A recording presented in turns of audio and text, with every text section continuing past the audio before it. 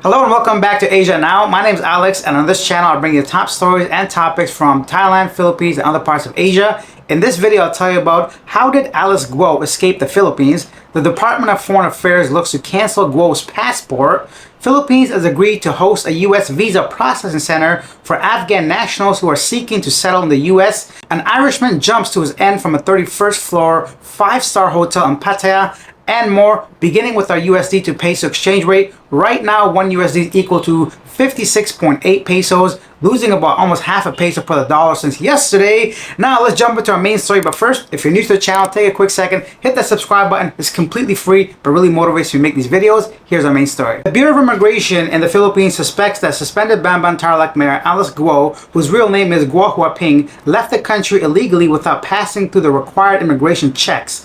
BI Commissioner Norman Tansinko revealed that Guo allegedly traveled to Malaysia in July and later flew to Singapore with 2 others. Despite being listed on an immigration lookout bulletin, her departure was not recorded in the BI system.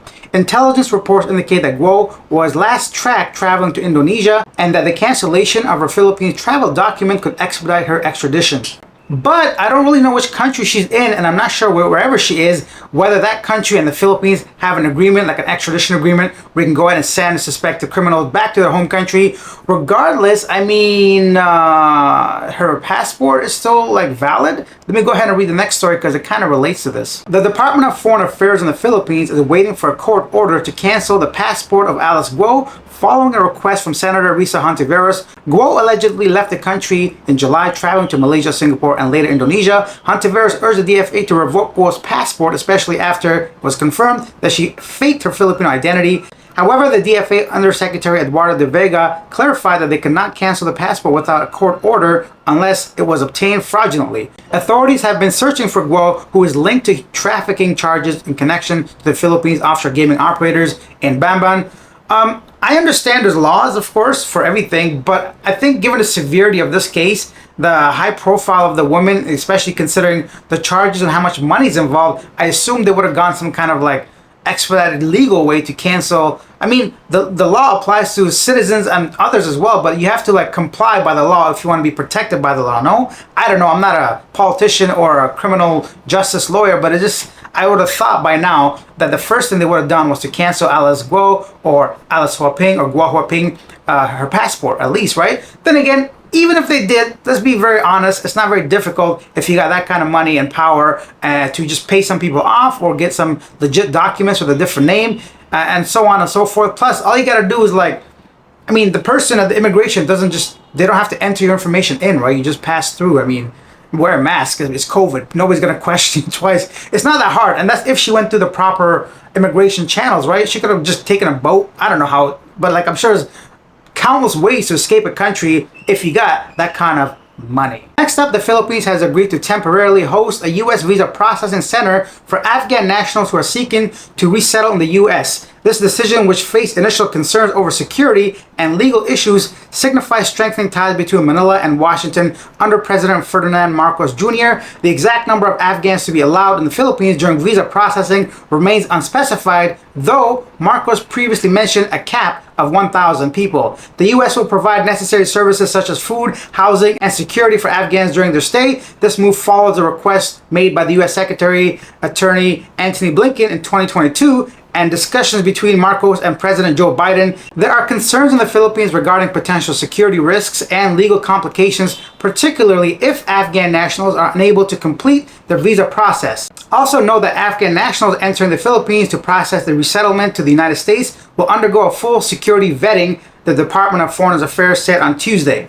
If you're not familiar with Afghanistan, the U.S., and what happened about 3 years ago when the U.S. troops were just pulled out of Afghanistan, you might be asking yourself, why are the Afghans going to the Philippines just to go to the U.S.? And isn't that a security concern given that Afghanistan has a very bad reputation when it comes to crime, criminal stuff, and just the country being a shit show, basically? And if you don't know, I'm Afghan myself. I came to Canada as a child when I was escaping the Soviet Union and Afghan war. And Afghanistan has been at war for over 50 years now, so I can see why people are concerned. But keep in mind that these people would be coming to the Philippines, would go through the same process of any Afghan person trying to go to the Philippines, trying to obtain a visa. So the fact there's going to be 1,000 of them, I think could be concerning. There's a large amount of people. Like I talked about in previous shows, when you have an influx of one culture one race of people, one type of people in any society, it can be problematic. But these people are also people that helped the U.S. when they were in Afghanistan, right? These are not just some random people. They're going to go through security vetting. And also, these are the people that helped the U.S. military and the whole operation there, whether they're translators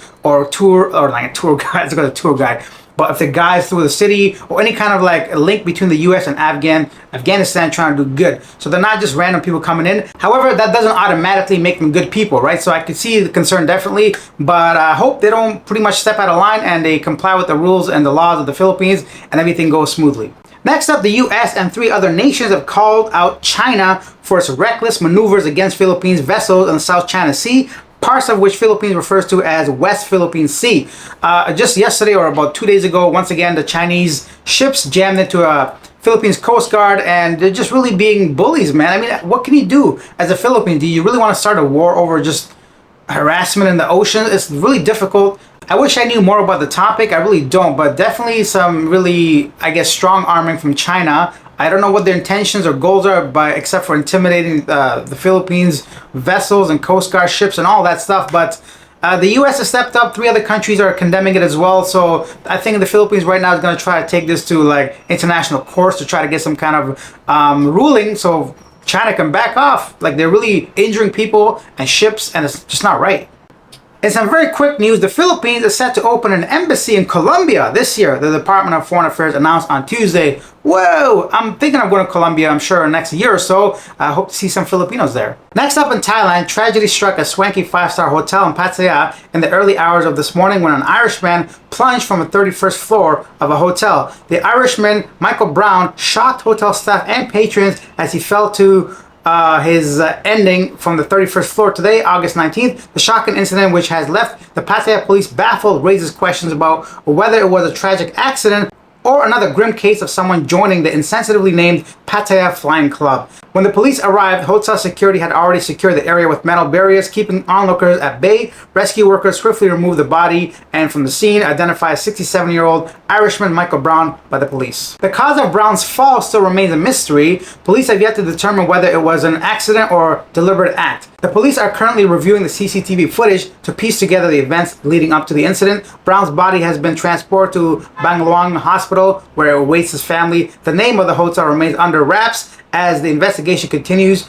In some related news, once again in Pattaya, a Norwegian man allegedly jumped and did the same thing from a 16th floor of his condominium, leaving his Thai wife shocked while she was cooking in the kitchen. Imagine for this incident to happen often enough where they have like a name for stuff like this happening. I can't imagine the type of people going through mental stress, drama, trauma, financial, physical, mental, all these these things are real, right? Like, just because some of us may not feel it doesn't mean other people don't go through the same thing. A lot of it, I'm sure, can be avoided or we bring on to ourselves, but nobody's perfect. I'm definitely not one of them, so I can't judge anyone like that or why they did it. Regardless, if you guys are seeking help, please contact the number I'm going to list over here. If you're in Thailand and you need some help emotionally, you can go ahead and contact them 24 hours. The most popular comment comes from Rick McCarroll from yesterday, who said, "Do you think the Philippines government is corrupt?"